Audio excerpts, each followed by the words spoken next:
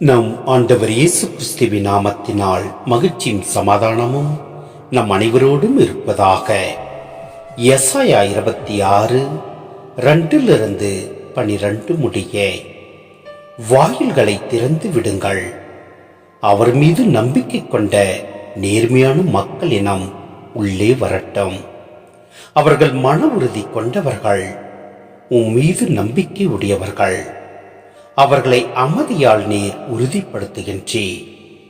ஆண்டவர் மீது என்றென்றும் நம்பிக்கை கொள்ளுங்கள், ஏனெனில் ஆண்டவர் என் ஆண்டவர் என்றும் உள்ள கற்பாரை உயரத்தில் வாழ்வரை அவர் தாழ்த்துகின்றார். வானுர உயர்ந்த நகரை தகர்க்கின்றார், அதை தரைமட்டமாக்கி உறுதியோடு உறுதியாக மண்ணோடு மண்ணாக செய்கின்றார்.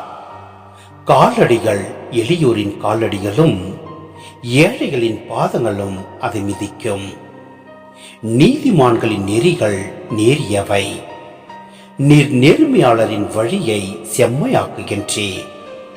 ஆண்டவரே, உமது நீதியின் நெறியில் நடந்து உமக்காக காத்திருக்கிறோம். உமது திருப்பெயரும் உமது நினைவும் எங்களுக்கு இன்பமாய் உள்ளன. என் நெஞ்சம் இரவில் உம்மை நாடுகின்றது, எனக்குள்ளிருக்கும் ஆவி ஏக்கத்தோடு உம்மை தேடுகின்றது.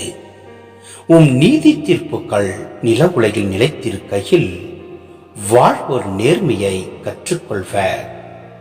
கொடியவர்களுக்கு நீர் இரக்கம் காட்டினாலும் அவர்கள் நேரியென செய்ய கற்றுக்கொள்வதில்லை.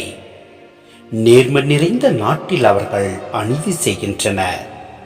ஆண்டவரின் மாட்சியை அவர்கள் காண்பதில்லை.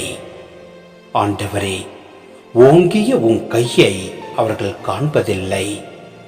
உம் மக்கள் மீது நீர் கொண்ட பேரார்வத்தை அவர்கள் கண்டு நாணட்டும்.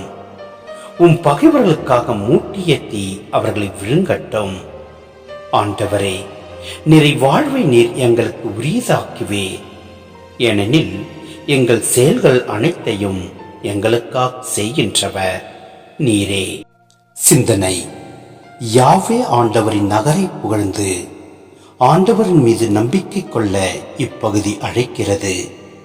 நாம் வாழ்கின்ற சூழ்நிலையில் குழப்பங்களையும் பிரச்சனைகளையும் தவிர்ப்பது கடினம். ஆனால் ஆண்டவர் மீது நம்பிக்கை வைத்து அவர்களை நிலைத்திருந்தால் குழப்பமான சூழ்நிலையிலும் அமைதியாக வாழ முடியும். நம்மை சூழ்ந்து நிற்கும் தீமைகளிலிருந்து தப்ப முடியும். எனவே நம் ஆண்டவர் மீது நம்பிக்கை வைத்து செயல்படுவோம். எல்லாம் உள்ள இறைவன் நம்மை நிறைவாய் ஆசீர்வதிப்பார். ஆமென்.